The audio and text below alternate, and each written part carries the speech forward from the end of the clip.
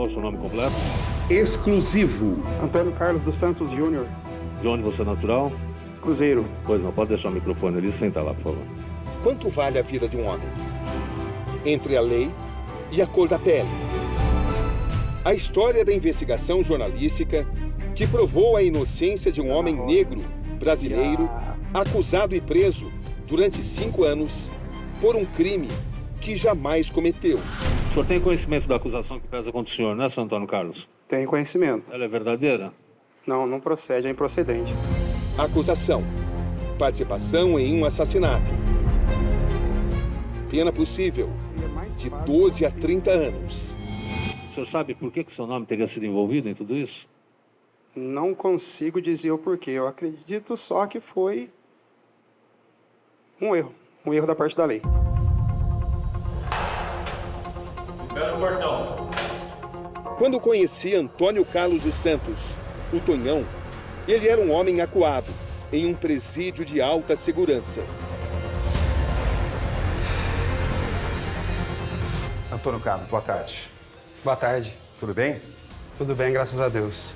Suas algemas serão tiradas por inventar adequadamente. Tudo bem? Agora sim, tudo bem. Você está preparado para essa entrevista? Preparado. Você tem chorado muito aqui? Demais, cara. Tonhão, você se sente discriminado? Totalmente discriminado pelo biotipo, pelo arquétipo, né? Pelo raciocínio viciado da sociedade, né? Esse senso comum que impera. Todo negro tem culpa no cartório. Todo negro tem uma passagem. Todo negro é ladrão. Todo negro não tem oportunidade, mas o meu caso é diferente. Uma viagem no tempo mostra cada etapa de uma história tocante. Esse é o nosso carro, sempre foi nosso carro, né? Foi através desse carro que tudo começou, porque eles falavam que a pessoa dirigia um Escort preto, né? Mas que infelizmente não investigaram placa, não investigaram nada. É um carro simples, modelo simples. Quem trouxe a arma, descreveu o rapaz, o pessoal chama ele de Abutre, descreveu, ele estava com a roupa da Maxim, tem um Escort preto. Foi feito um ofício para a empresa Maxim. Perguntou qual funcionário tinha um veículo Ford Escort preto, o único que tinha era ele. A partir disso aí, ele identificou. Só ele tinha esse veículo?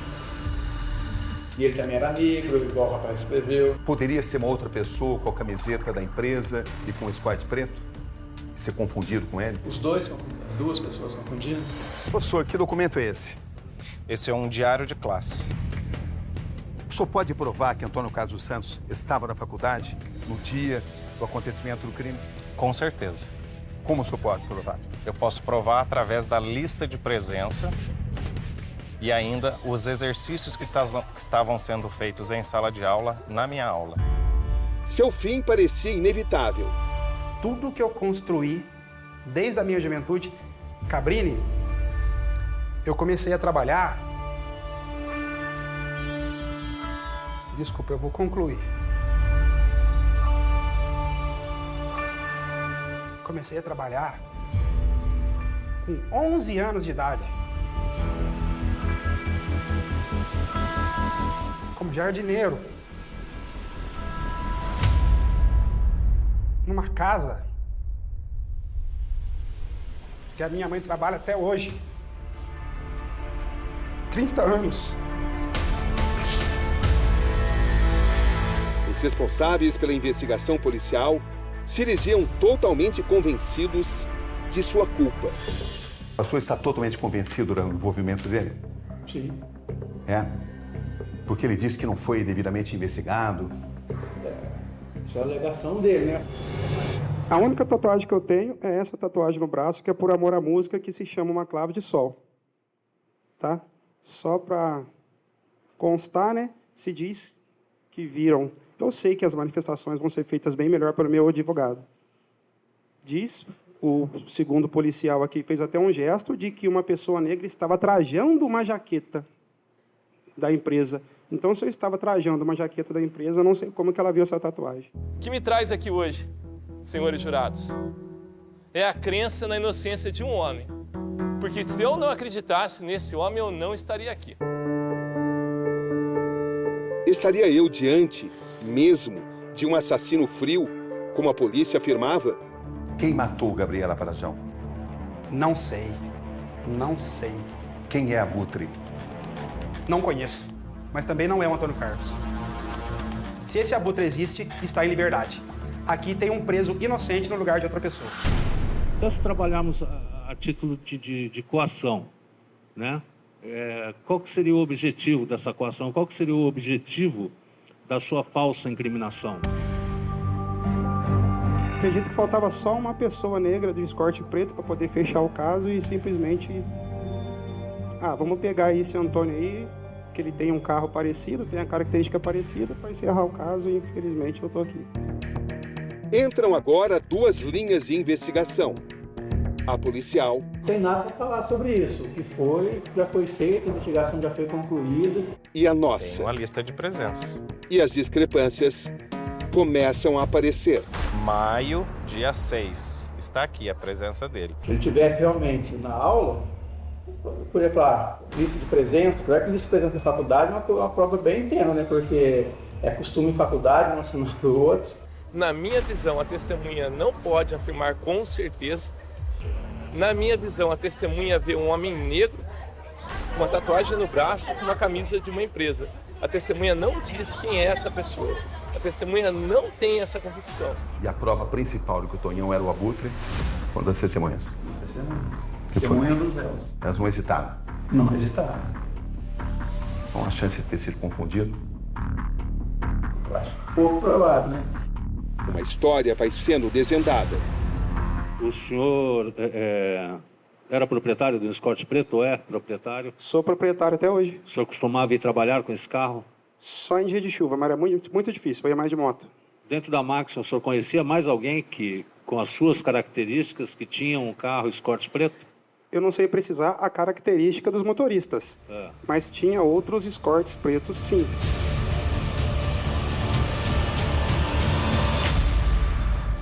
Boa noite. Exclusivo. A reportagem especial Entre a Lei e a Cor da Pele.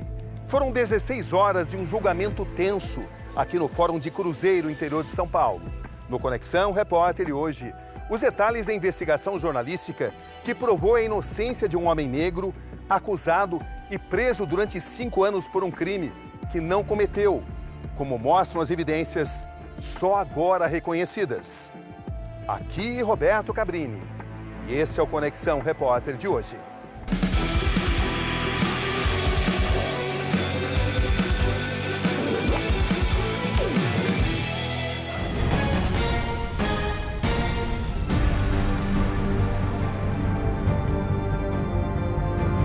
Pegamos a estrada rumo a Taubaté, a 130 quilômetros de São Paulo.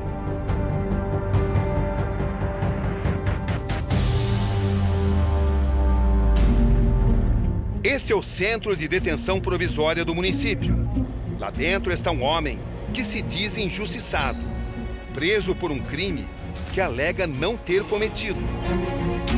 Será que ele vai nos convencer? Qual a sua expectativa para essa entrevista?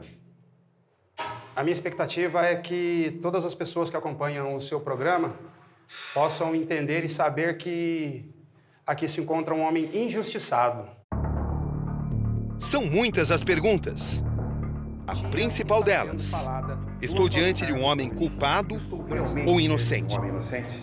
Totalmente inocente. Totalmente inocente. Todo esse processo, todas as folhas desse processo, eu não tenho culpa de nenhuma vírgula. De 0 a 10, qual foi a sua participação? Qual foi a sua culpa nesse crime cometido? 0 negativo. Menos 0. Não é nem 0, é menos 0.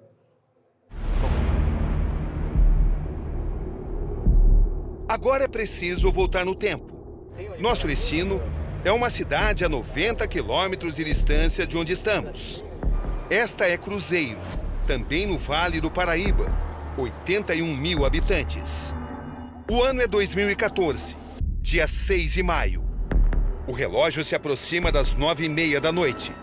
A fisioterapeuta Gabriela Varajão, de 32 anos, está no carro com o namorado, Renato Rafael de Miranda Melo. O casal é abordado por 4 homens em 2 motos.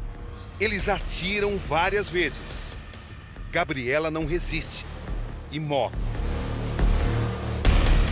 Renato consegue fugir da emboscada, mas é assassinado em 2017. Queima de arquivo ou fatalidade? O fato é que Renato tinha várias passagens pela polícia, que acredita ter sido ele o verdadeiro alvo dos bandidos. Um ajuste de contas. A polícia chega a uma quadrilha de 8 pessoas. Um dos integrantes seria um negro, tatuado, visto por uma testemunha, entregando uma mochila com armas e um colete à prova de balas para um dos autores do assassinato. Um homem conhecido como Abutre. Não fica claro a hora exata em que as armas teriam sido entregues por Abutre à quadrilha.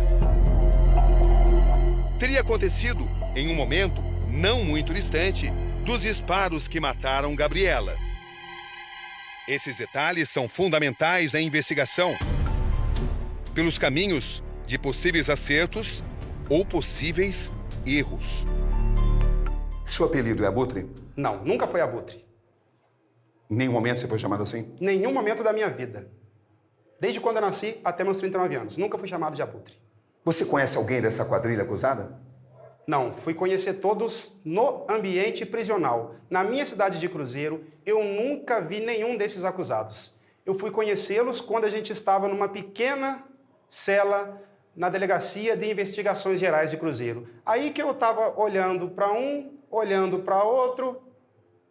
Todos eles moram no mesmo bairro. Porém, o Tonhão mora num bairro completamente diferente e longe desse bairro que é Ana Rosa de Cruzeiro. Você está aqui por causa do depoimento de uma testemunha. Você tem consciência disso? De uma testemunha. Uma boca de uma testemunha frustrada e equivocada. O que você sabe sobre o depoimento dela? Ela diz que me reconhece pela tatuagem do braço. Eu só tenho essa única tatuagem, uma clave de sol por amor à música. Mais nada, porque eu também sou músico. Ela diz que me reconhece pela tatuagem. Ok. Porém, no processo não fala nada disso. Ela só disse isso no reconhecimento do fórum, mas no processo não fala nada que ela me reconhece pela tatuagem do braço. E diz que essa pessoa tinha tatuagem no pescoço. Eu acredito que eu não tenha nenhuma, pelo menos eu não me lembro de ter feito tatuagem nenhuma no pescoço. Aí entra a importância da testemunha protegida número 3. A polícia recebe a informação de que o suspeito usava uma camiseta da empresa Maxion, a mesma multinacional em que Tonhão trabalha há 16 anos, até, claro, ser preso. E ainda, ele dirigia um Escort preto. Antônio Carlos também tem um Escort e da mesma cor. Coincidência ou detalhe decisivo? O número da placa jamais foi anotado. Esse é o depoimento da testemunha protegida. Ela diz também que o rapaz de cor negra seria o responsável pelo transporte de droga da quadrilha e que, por 3 vezes, presenciou o suspeito em contato com traficantes do bairro. Numa delas, o condutor do Escort preto saiu da casa contando dinheiro e sorrindo. Qual a verdade? Quem matou Gabriela Varajão? Não sei. Não sei. Quem é Abutre? Não conheço. Mas também não é o Antônio Carlos. Se esse Abutre existe, está em liberdade. Aqui tem um preso inocente no lugar de outra pessoa. É o que você diria à família de Gabriela Varajão? É o que eu diria para a família de Gabriela Varajão. Antônio Carlos dos Santos Júnior, o Tonhão, é preso um mês depois do crime. Dia 13 de junho de 2014. Esse dia mudou sua vida para sempre, Tonhão? Mudou. O que aconteceu nesse dia? Mudou para pior. Parece um clichê. Meu mundo caiu. A minha vida declinou. A minha vida foi pro buraco. Eram 6 da manhã. Eram por volta das 6 da manhã. O dia estava clareando ainda. Como é que você acordou nesse dia? Acordei com a minha cachorra latindo, porque tinha pessoas mexendo no portão. Na hora que ela abriu a janela, tinha mais ou menos 6 policiais civis com a arma apontada para minha janela. E nisso eu puxei a minha esposa e falei, Kelly, sai daí. hora que eles escutaram a minha voz, eu escutei alguém falar, ele tá aí, ele tá aí. E nisso, meteram o pé no portão da minha casa, o meu portão parecia uma folha de papel. Num exato momento já também quebraram a porta da minha cozinha. Um policial já me deu uma rasteira. Eu sem entender. Sabe o que eu achava, Cabrini? Eu achava que tinha alguém pulando dentro da minha casa. Eu falei, alguém correu e está fugindo e entrou dentro da minha casa. Foi isso que eu achei. Até o momento que um policial me passou um rodo, me jogou de cara no chão, colocou o joelho nas minhas costas e já me algemou para trás. Eles não te disseram nada? Não. Depois que me algemaram, perguntaram, qual que é o seu vulgo? Eu falei, Tonhão. Qual que é o seu vulgo? Eu falei, Tonhão. Pela terceira vez perguntaram, qual que é o seu vulgo? Eu falei, Tonhão. Um policial me falou, a sua casa caiu. Eu falei, a minha casa caiu por quê? Então ele me respondeu, você não é Tonhão nada. Você é o Abutre e que está sendo acusado de fornecer armas, munições e colete balístico para uma suposta quadrilha e que veio a ceifar a vida de Gabriela Varajão. Você já teve armas, Tonhão? Nunca encostei numa arma. Na delegacia, você foi reconhecido por Matheus Sorvete, uma fonte da polícia. Você tem conhecimento disso? Isso, quando os policiais entraram na minha casa, eles perguntaram se eu conhecia algum Matheus. Aí eu falei, Matheus? Falei, não, que eu me lembre assim, né, no nervoso, nessa hora eu já estava algemado. Aí me falaram esse apelido. Sorvete. Matheus Sorvete. Eu falei, não conheço. Você sabe que ele o reconheceu? Dizem que ele me reconheceu. Num primeiro momento? No primeiro momento. Porém, em audiência... Ele não confirmou? Ele não confirmou. Mas quando ele disse a verdade? No primeiro ou no segundo momento? No segundo momento, em audiência. No inquérito policial, fotos em redes sociais mostram integrantes da quadrilha juntos em vários momentos. Tonhão não aparece ao lado de ninguém. O que é que o delegado te perguntou na delegacia? Ele não me fez muitas perguntas. Ele colheu meu depoimento. Eu falei muitas das coisas que eu estou aqui conversando com você, que a minha vida era metódica, eu só sei trabalhar, eu estudo, eu tenho projeto social. Mas ele não fez perguntas para você? Ele não te perguntou, não te interrogou? Não me sabatinou muito, não. Você lembra do que ele te perguntou no dia? Sinceramente, não me recordo muito, mas eu lembro que foi pouquíssimas perguntas. Pouquíssimas. Se eu sou uma pessoa que fornece arma, ele não me perguntou que local que eu poderia, né? Que local que você obteve arma, que local, aonde, quem são seus fornecedores, alguma coisa parecida. Não. Ele te perguntou onde você estava na noite de 6 de maio de 2014? Não me lembro dele ter perguntado, mas eu acredito que não. Foi uma interrogação muito superficial. Ele só se sustentou, acredito sim, na testemunha protegida. Nossa apuração continua. Próximo destino, a delegacia de Cruzeiro. Um encontro importante. O delegado Sandro Henrique Franqueira foi o responsável pelo caso. Ele não quis fazer uma entrevista formal, mas concordou em nos contar detalhes da investigação. Assim, o delegado tem 27 anos de profissão, responde pontos importantes sobre o que ele fez ou o que deixou de fazer para apontar os culpados, inclusive Tonhão. Pois é, tanto é que eu tomei o cuidado de fazer o reconhecimento fotográfico, primeiro ele tinha foto, e depois pessoal, quando foi preso. Quando foi preso, ele foi reconhecido tanto pelo Matheus Sorvete, que é um dos réus, como... Sem pressão. Ele não foi pressionado, Matheus? Não, sem pressão. Sem pressão. Mesmo ele tendo voltado atrás depois? Não, voltou atrás um mês depois, quando foi fora. Sei. Né? Aqui o Matheus foi ouvido 3 ou 4 vezes. Todas as vezes, nenhuma das vezes ele mudou o depoimento para dizer que não era ele, ou que ele se confundisse, se ele tinha alguma dúvida. E o Sorvete dizia textualmente o quê, doutor? O Sorvete dizia que ele tinha uma dívida com o Rafael, que eles podiam matar, e que esse Eric, que era o líder do traficante lá da Vila Ana Rosa, também estava indo matar esse Rafael, e pediu para ele armar um encontro, para ele pagar. Aí marcou nessa praça, Só que o Matheus não foi. Foram os 4 que foram para executá-lo. Ele fala que antes disso, eles ligaram para esse abutre. O abutre trouxe uma blusa, trouxe 2 coletes balísticos, arma, conta que não tinha munição para uma arma, que seria uma 765. O outro, um dos réus, foi na casa, buscou a munição. Tudo isso aí, contou com detalhes. E o Antônio Carlos dos Santos é mesmo abutre? Para mim, sim. Tonhão, na delegacia, você teve contato com os outros integrantes da quadrilha? Tive. Perguntaram, e você? O que você está fazendo aqui? Eu respondi de cabeça baixa, não queria nem olhar para a cara de ninguém, porque eu não sabia o que estava acontecendo. Eu falei, eu estou sendo acusado de fornecer arma e colete balístico por uma suposta quadrilha do bairro Ana Rosa. Aí foi a hora que eles olharam entre si e falaram, espera aí, a gente também está sendo acusado desse crime, mas a gente nunca te viu.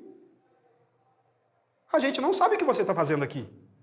E é isso que eles sustentam em audiência. O fato de não ter uma foto dele com os outros envolvidos revela alguma coisa? Não, até porque a pessoa que é contratada, você guardar droga e arma para a pessoa. Se você for conhecido, você vai ser sempre aguardado, sua casa de busca, normalmente é uma pessoa que não é conhecida, que não é do meio deles. Mas ele disse, por exemplo, que não teve quebra do sigilo telefônico dele. O senhor não quebrou o sigilo telefônico dele? Não. Por que o senhor não quebrou? É porque eu achei que não era necessário. As provas que estavam no inquérito já estavam suficientes. O senhor conseguiu estabelecer uma ligação entre ele e a quadrilha? Sim, né? Um dos autores o reconheceu, colocou no papel. Um morador morava próximo seria testemunho. Já falou que já viu ele várias vezes lá, que entrava. Foi reconhecido tanto por fotografia como pessoalmente. Até que ponto ele pode ter sido confundido com outra pessoa? Não acredito que nenhum. Não teria essa chance, pelo que o senhor viu? Pelo que eu vejo, não. O fato de não ter tatuagem no pescoço? Não, para mim a testemunha falou isso. Tonhão, o que você tem a dizer sobre o inquérito policial que te apontou como um dos culpados da morte da Gabriela? É um episódio de novela. Uma farsa. Quando o Antônio Carlos dos Santos esteve aqui a primeira vez, qual foi a sua impressão, doutor? Então, a minha impressão é uma coisa complicada, né? Porque foi um dia muito tumultuado. Foram vários presos, além da prisão temporária que estavam, eles também foram autuados em flagrante por tráfico de drogas, associação ao tráfico. Então foi bem tumultuado. Os policiais que acompanhavam, ficaram aqui enquanto aguardavam para ser interrogados na mesma cela. Disseram que eles não ficaram surpresos, assim, o que você está fazendo aqui? Disseram que parecia que eles se conheciam, né? Deu essa impressão? Os investigadores. Eu não tive acesso, eu estava aqui. Mas eles relataram isso para o senhor? Relataram. O tempo indo e voltando. Quarta-feira, 4 de março. Tensão no fórum lotado de Cruzeiro. Um desfile angustiante de testemunhas. Suas falas serão narradas por nós, usando as palavras ditas por elas. Não vamos expor as testemunhas. Você está sendo ouvido como testemunha sob o compromisso de me dizer a verdade, tá bom? O senhor já ouviu falar do envolvimento dele com drogas, com essas coisas? Para a testemunha, não teria qualquer envolvimento com isso. O senhor conhece o senhor Antônio Carlos da onde? A testemunha diz conhecer Antônio Carlos da fábrica. Trabalhamos juntos por uns 8 anos, mais ou menos. Uma coisa que eu gostaria que o senhor confirmasse, doutor. As testemunhas que mencionam o Antônio Carlos, elas citam textualmente Antônio Carlos ou elas o descrevem apenas como um homem negro que teria uma tatuagem ou que trabalha na Maxo? Nenhuma delas menciona o nome Antônio Carlos. Em certos momentos, o próprio Tonhão duvidava de sua absolvição. Por força de um recurso, tudo começou realmente com o depoimento do Matheus. O que o senhor acha, então, é que ele é um mentiroso. Ele conhecia o senhor? Não conhecia. Ele teria algum motivo para imputar falsamente ao senhor um crime? Não, só se ele foi coagido a fazer isso. Porque... O delegado tinha algum motivo para fazer isso? Acredito que não, porque a gente mora... Dentro de todo esse contexto, desses personagens do processo, alguém teria alguma coisa para fazer isso por motivo de vingança ou alguma diferença mal resolvida com o senhor? Por diferença, não. Só por coação ou até ser uma pessoa forjada. É uma Dentro da corte, 7 jurados a tudo ouvem. São 5 mulheres e 2 homens, todos brancos. As horas passam, a madrugada entra. São 16 longas horas de depoimentos e de debates. Ameaçou. Mas nossa reportagem havia mudado definitivamente o cenário.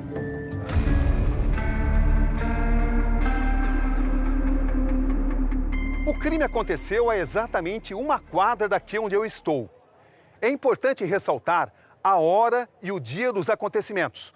Tudo aconteceu às 9h30 da noite de uma terça-feira, dia 6 de maio de 2014. Acontece que Antônio Carlos dos Santos Júnior, o Tonhão, alega que nesse dia e nessa hora ele estava aqui na faculdade. Essa é a sede da FACIC, a Faculdade de Ciências Humanas de Cruzeiro, onde ele cursava o 3º ano de administração. Professor Joselito, como vai? Tudo bom? Roberto Cabrini. Opa, prazer. Nossa investigação continua. Claro, podemos seguir. Na porta da faculdade, me encontro com o professor de Antônio Carlos, o Tonhão. Esse é Joselito Francisco Lemes. Ele deu aula na faculdade onde Tonhão estudava até 2015. Professor há muitas décadas, ele revela que conhecia Tonhão há muito tempo. Na época do crime, Tonhão era seu aluno nas aulas de administração orçamentária e controladoria às terças e quintas. O crime foi numa terça.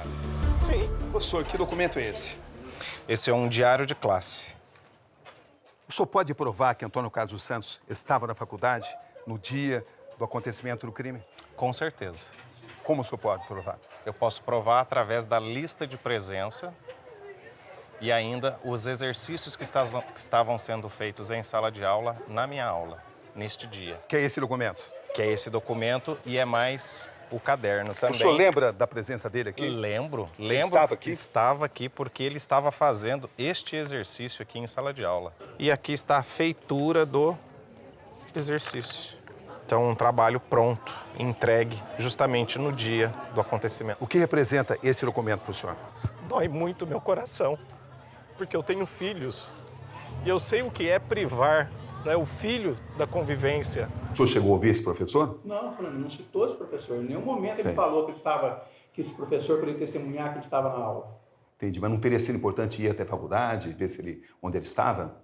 Se ele tivesse falado, eu estava na aula, professor tal é minha testemunha, seria ouvido. Ele nunca falou isso? Não, na fase inicial não. Que hora que ele chegou na faculdade naquele dia? Ele é aluno sempre assíduo, então ele sempre chega no horário de início das aulas, 7 horas. E a minha aula era após o intervalo. Então, no dia do acontecimento e no horário do acontecimento, ele estava justamente fazendo este exercício na minha aula. O crime aconteceu às 9h30 da noite, mas as armas teriam sido entregues antes. Ele estaria aqui nesse período? Sim, ele estava antes. Se o crime foi noticiado para as 9h30, pode ser que ele aconteceu um pouco antes. Até pelo menos uns 10, 15 minutos antes. Até esse horário de 9h30, que eles se prepararam, ligar para buscar a arma, para ele entregar a arma, foi bem mais cedo. Até ligar, marcar um encontro, porque até o rapaz ligar para a vítima que eles pretendiam atender para marcar um encontro, pode ser que foi com bem antecedência. O senhor quer dizer que ele poderia ter ido na faculdade e mesmo assim poderia ter entregue as armas? Pode ter entregue antes e ido para a faculdade. Entendeu? Não é uma coisa tão assim absurda de acontecer. Porque quando eles marcaram com a vítima, eles já estavam todos preparados. Na minha visão, a testemunha vê um homem negro. Este é o professor e advogado Márcio Godofredo de Alvarenga. Ele dá aulas na mesma faculdade onde Antônio Carlos estudava. Sensibilizado pelo caso, resolveu defendê-lo. O delegado disse que as armas poderiam ter sido entregues antes da presença dele aqui, que ele poderia ter feito as duas coisas. Ter entregue as armas e estar na faculdade também. Que vem a prova disso. Até agora não apareceu. O senhor tem a lista de presença? Tenho a lista de presença. Antônio Carlos dos Santos Júnior, maio, dia 6. Está aqui a presença dele. Você pode perceber que ele é sempre um aluno assíduo em todas as aulas. Teve essas duas faltas aqui, mas ó, no conjunto geral ele sempre foi um aluno assíduo. E aqui, olha só, no dia dos fatos, olha quantos alunos estavam presentes, justamente porque estavam fazendo trabalho avaliativo para uma prova que seria realizada 2 semanas depois. Não há qualquer chance desse documento ter sido forjado? De jeito maneira, muito pelo contrário. Quando aconteceu o fato, que eu fiquei sabendo, né, que ele havia sido acusado, eu procurei o meu diário de classe, justamente para provar, para demonstrar a todos que ele estava presente na minha aula. Jamais. E ele estava presente? E ele estava presente. Sem qualquer dúvida? Sem qualquer dúvida. Eu me lembro ainda, é muito claro na minha mente aonde ele estava sentado na sala de aula. Sentado?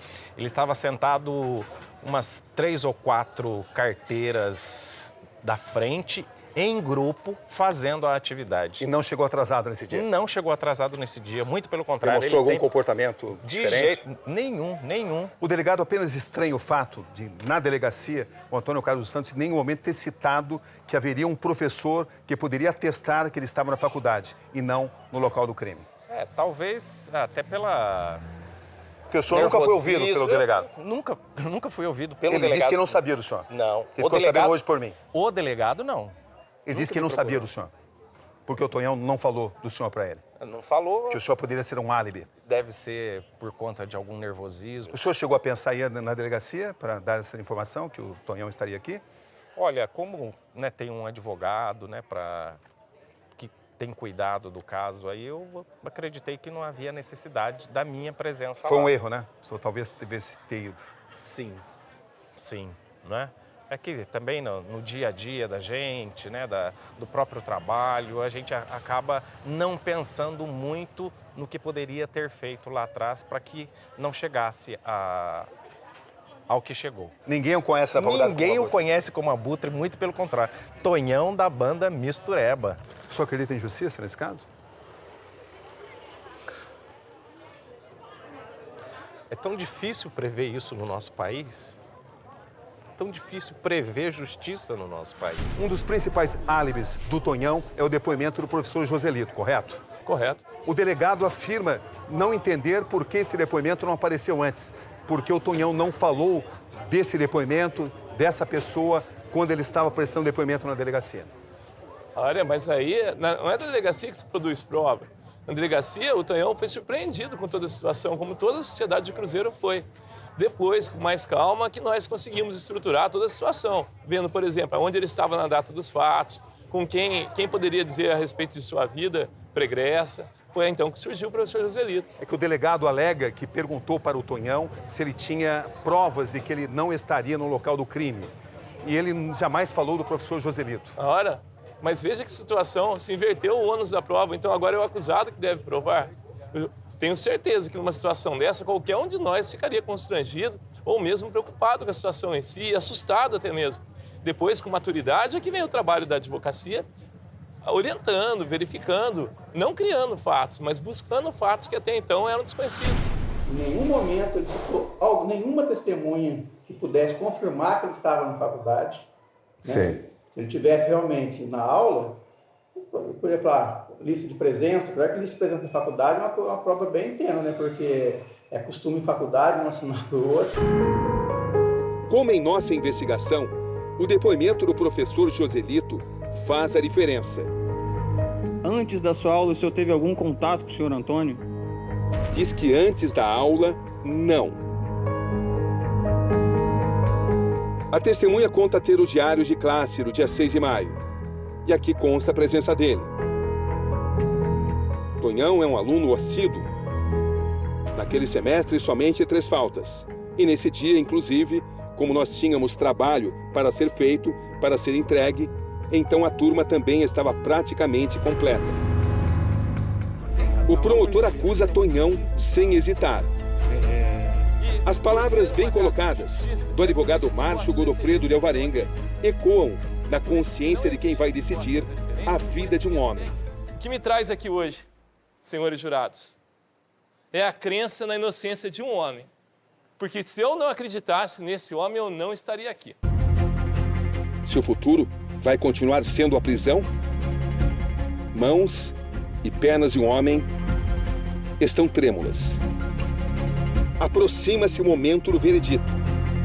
A decisão de cada jurado vai sendo revelada, de forma anônima. Após a decisão do quarto jurado, já se sabe que Tonhão está absolvido.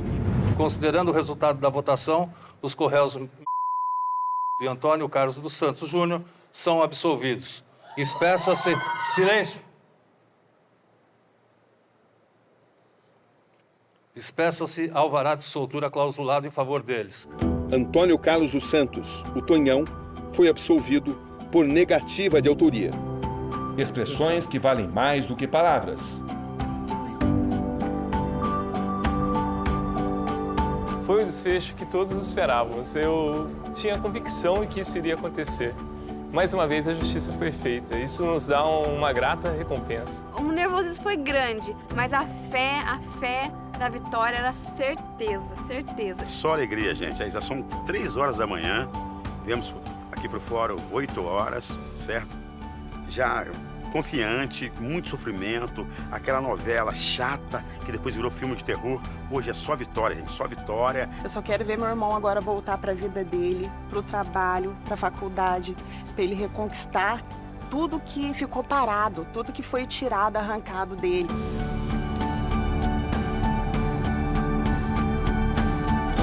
Em frente à penitenciária, a movimentação de familiares e amigos.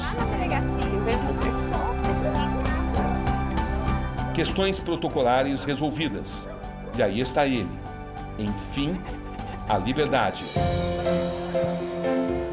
O que parecia impossível há pouco tempo acontece.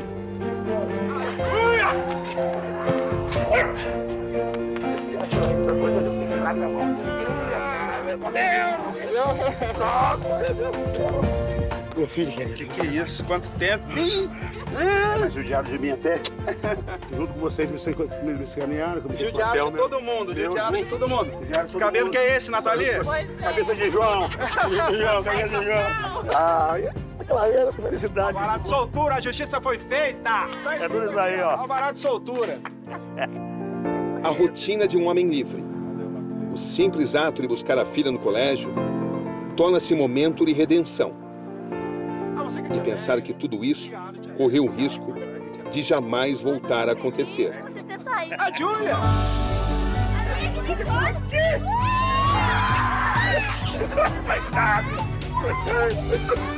Meu Deus! Abraça!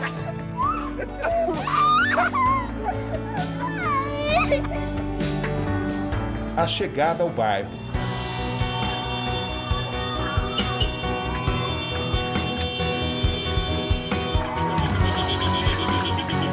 A recepção de vizinhos.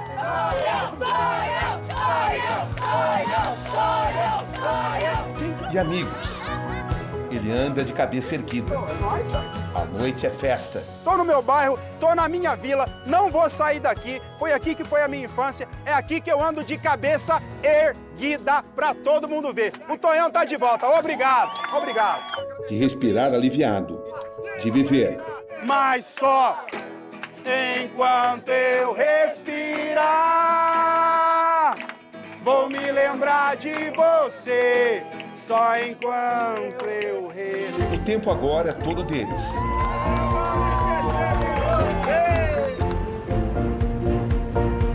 Passos firmes. Antônio Carlos dos Santos caminha sem medo pelas ruas e praças de Cruzeiro. Boa tarde, Tonhão. Boa tarde, Cabrini. Nos encontramos de novo. Olha para você ver, né? A gente se encontrou num primeiro momento numa situação tão diferente, tão adversa dessa, né? Entre as grades, e agora a gente está aqui numa praça, no meio de árvores. Cara, confesso que eu estou emocionado, né? Nossa, que mudança, né? Voltou a ser o Tonhão de sempre. Como é que você se define nesse momento, Tonhão? Justificado, feliz, honrado, maravilhado com tudo. Mesmo nessa circunstância que a gente está vivendo agora, com questão de isolamento social, para mim está tudo maravilhoso. Eu não tenho do que reclamar. A justiça foi feita. Costumo dizer que eu não sei dizer se a justiça foi feita ou se o erro foi desfeito. Só sei dizer que, graças a Deus, eu estou aqui. Voltei para minha família, estou na minha cidade. É a sua redenção? A minha redenção. Foi sim, foi a minha redenção. Eu saí daqui de uma forma muito covarde, né? E voltei redimido, voltei... Poxa vida... Pode dizer, eu saí por baixo e voltei por cima. Tudo em sua mente. Os dias intermináveis na prisão. Tonhão, estamos em tempos de pandemia, fazendo essa entrevista na devida distância. Que marcas os 5 anos atrás das grades deixaram em você? Marcas físicas, nenhuma. Mas emocionais fica, Cabrini, mesmo que eu não queira me lembrar, é involuntário, é sem querer.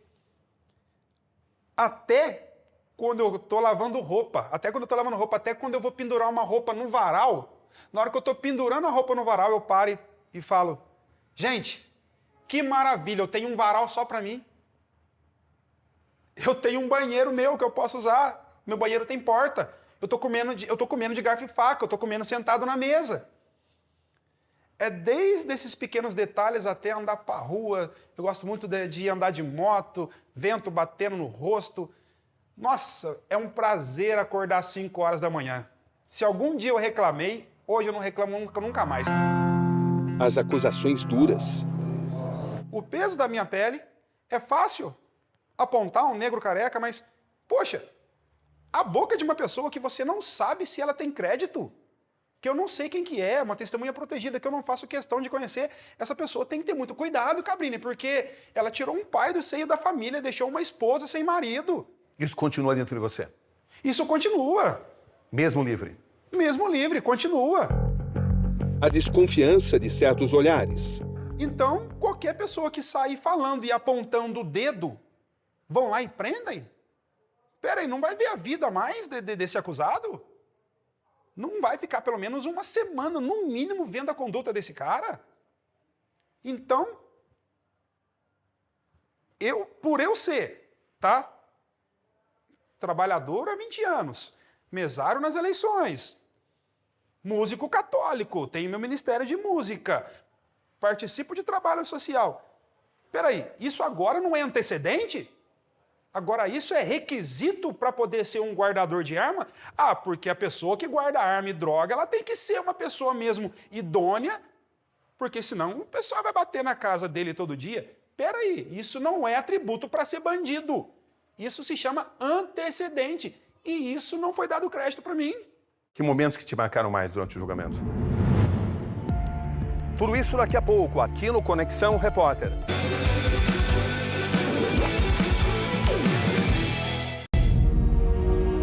Momentos que te marcaram mais durante o julgamento? É o promotor. Ele faz de você o lixo dos lixos. Você estava pessimista com relação ao veredito? Nesse momento, sim. Cabrini, é um mix de tanta emoção. Você achava que ia ser condenado? Quando é a parte do promotor, sim. Mas quando entra a parte do advogado, que ele pega o mesmo processo e mostra, com todo o dom, com toda a oratória, mostrando os pontos, as falhas, ensinando que o direito não é uma ciência exata, direito é humano. Ali eu vi a boca de Deus falando, eu falei, não tem como eu ser condenado. Professor Joselito, na nossa investigação, o seu depoimento teve um peso decisivo. Sabemos que no Tribunal do Júri também foi assim. Como foi para o senhor? Para mim foi um alívio. Como é que o senhor recebeu a absolvição do Tonhão?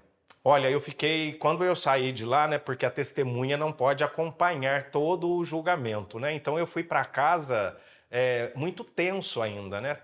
Nem consegui dormir, esperando esse veredito final aí, até que na manhã eu recebi a notícia de que realmente ele havia sido absolvido. E para mim foi uma glória, foi uma emoção muito grande.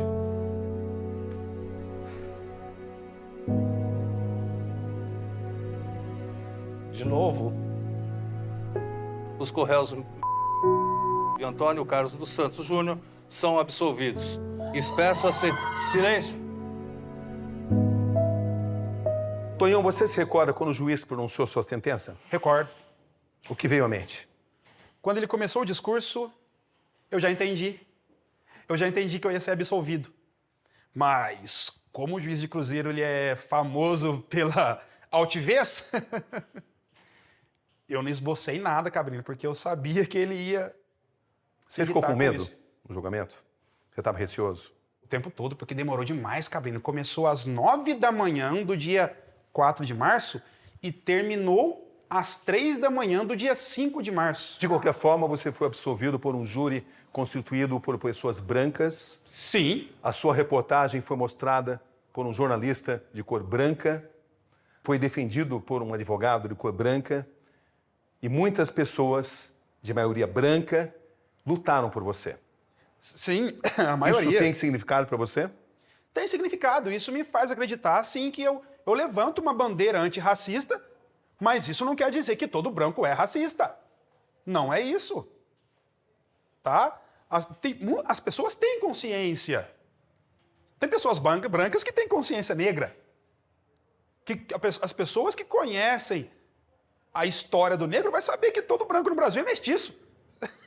O ponto é que ninguém pode ser julgado pela cor da pele. Exatamente. A cor da pele não pode ser um peso na balança da justiça. A vergonha dos rótulos inevitáveis. O que existe entre a lei e a cor da pele? O olhar condenatório. Esse é o ensinamento que fica. Esse é o ensinamento. Você vai levar isso? Vou levar isso. Sim. Acredito que não seja assim, eu acredito, tenho certeza que não é em todo ambiente da justiça, não é em todo magistrado, mas infelizmente é você ser como eu sentir na pele, literalmente, isso. Não te perguntar o nome, né? Passa pra lá, negão. Cabeça baixa, negão. Mão pra trás, negão. Que é isso, negão? Poxa. E isso acabou ficando muito fixado na minha cabeça, sabe? É por isso que eu acredito sim que o racismo está mascarado, né? Hoje em dia as pessoas estão sendo obrigadas a usar máscara, né? E acabam não mostrando a expressão, mas o racismo é assim. É possível vencer o racismo? É possível. A dolorosa distância da família. Estou feliz. Eu não reclamo mais de nada na minha vida. Não tem por que eu reclamar. Não tem porquê, eu não reclamo mais de nada. Com todas as lutas diárias, vou seguir minha vida. Só isso, vou seguir minha vida. Alma leve. Alma leve. Cabeça erguida, coração tranquilo. Retorno no meu trabalho não poderia ser diferente, foi maravilhoso.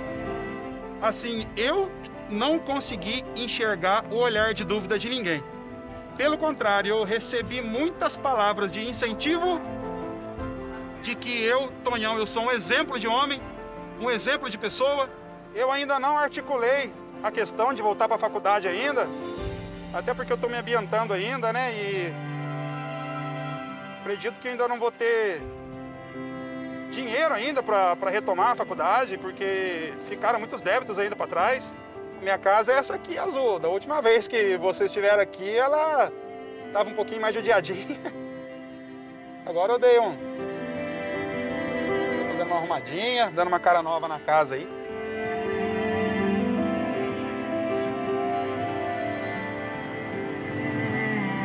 Em casa, uma família, enfim, completa. A continuação da reportagem especial Entre a Lei e a Cor da Pele, em instantes.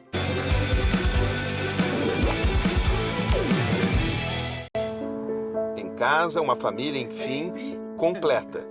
Enfim, a família completa. Graças a Deus. Aquilo que toda noite, o dia inteiro, eu sonhava, eu pedia, eu rezava. Graças a Deus aconteceu. Nossa, foi uma vitória mesmo. Aquilo que a gente estava pedindo todo esse tempo, né? O fim desse pesadelo. E graças a Deus, Deus abençoou a gente com essa vitória, com essa graça. Vejo ele ir trabalhar, é uma alegria ver ele voltando a trabalhar, fazer aquilo que ele gosta, na música. Então, assim, é um sentimento de paz, de felicidade, ver a nossa filha aí feliz da vida com o pai, agora essa bebezinha aqui também já podendo aproveitar o pai. Então, assim, é um momento de felicidade, de paz e, né, e vamos seguir a vida. A última palavra é sua. O que você quer falar nesse momento? O que você está sentindo? Fala. Olha só, Nicole, agora você está com a palavra. O que você quer falar? Nada. Mas você fala tanto! Ó, meu bem, não precisa chorar. Por que você está chorando? Viu? Fala tanto, olha que a oportunidade. Sentia muita falta do papai, né? Ó, você falou que você não ia chorar. Agora o papai é seu, tem mais ninguém. Agora é. Quanto vale, afinal, para Tonhão viver experiências como essa? Acompanhar o nascimento da filha Antonelli no dia 13 de março, apenas 9 dias depois do julgamento que definiu que ele é um homem livre. É tão maravilhoso esse momento que a gente está vivendo, que de vez em quando eu tô aqui na minha casa, que eu olho para aquele e falo, nossa, mas será que a gente viveu tudo aquilo que a gente viveu mesmo? E quanto vale poder viver esse momento? Comemorar o seu aniversário de 40 anos, junto com a família, sem nada a temer. O amor de vocês resistiu a tudo isso. Ah, com certeza, Resistiu. fortaleceu. Resistiu e fortaleceu. É. E é o que a gente cansou de ver de história de esposa que desiste, não dá pra contar. E essa aqui... Você nunca cogitou essa possibilidade? Não, porque eu tinha certeza da inocência Você dele. esperaria o Tonhão o tempo que fosse? Com certeza. Tempo que fosse. Só que, por outro lado, eu também falava que se eu tivesse um resquício de culpa, ela nunca ia se sujeitar a pisar no presídio. Nunca. Quanto vale para Tonhão tudo isso? E a justiça foi feita e com a sua ajuda, com certeza.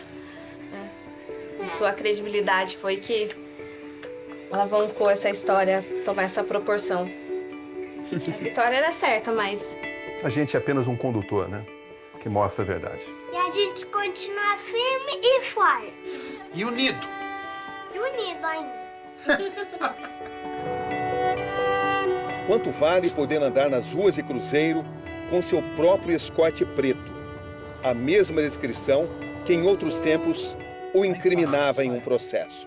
Supostamente, foi nesse condomínio aqui que a testemunha disse que viu eu parando aqui e entregando arma aí para uma suposta quadrilha.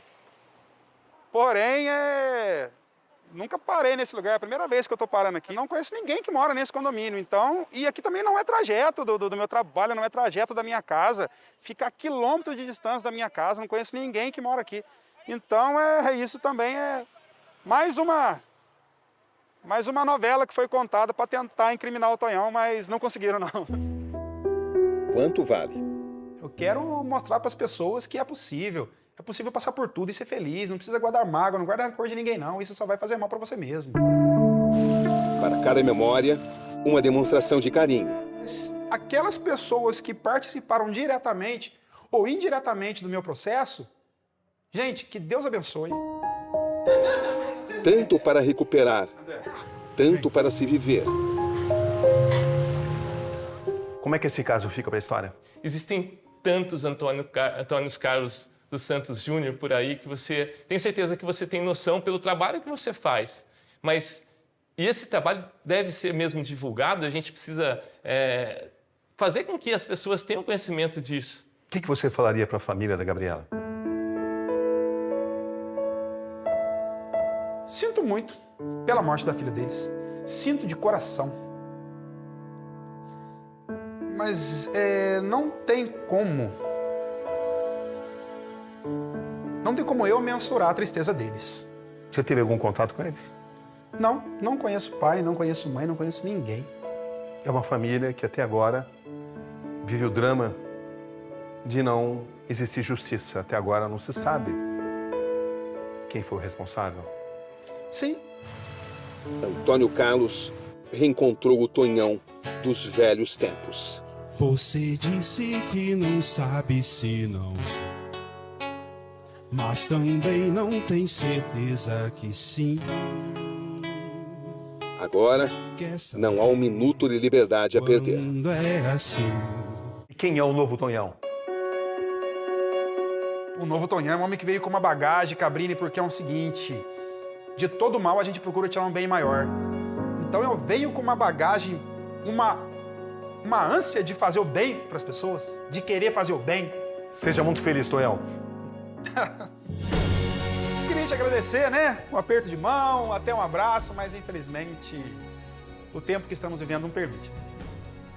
Mas, Cabrini, sinta-se abraçado, sinta-se com o aperto de mão mais sincero de uma pessoa que deve muito a você, porque vocês foram a mão de Deus também nesse caso, e eu sei que muitas pessoas padecem injustamente hoje no cárcere e que muitos não vão ter essa sorte que eu tive,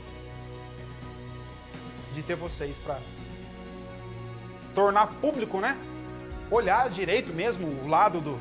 Que você seja um exemplo de que injustiças podem ser combatidas.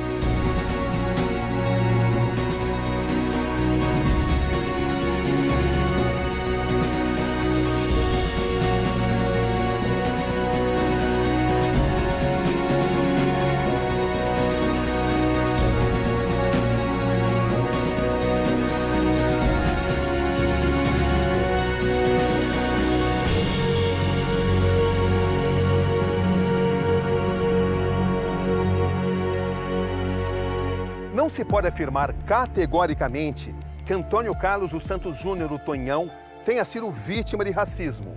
Entretanto, as estatísticas mostram que a lei costuma ser mais pesada contra homens em sua cor da pele. Vencer esse tipo de tendência é tarefa de cada um de nós, tarefa de toda uma sociedade. Aqui Roberto Cabrini, e este foi o Conexão Repórter de hoje. Boa noite.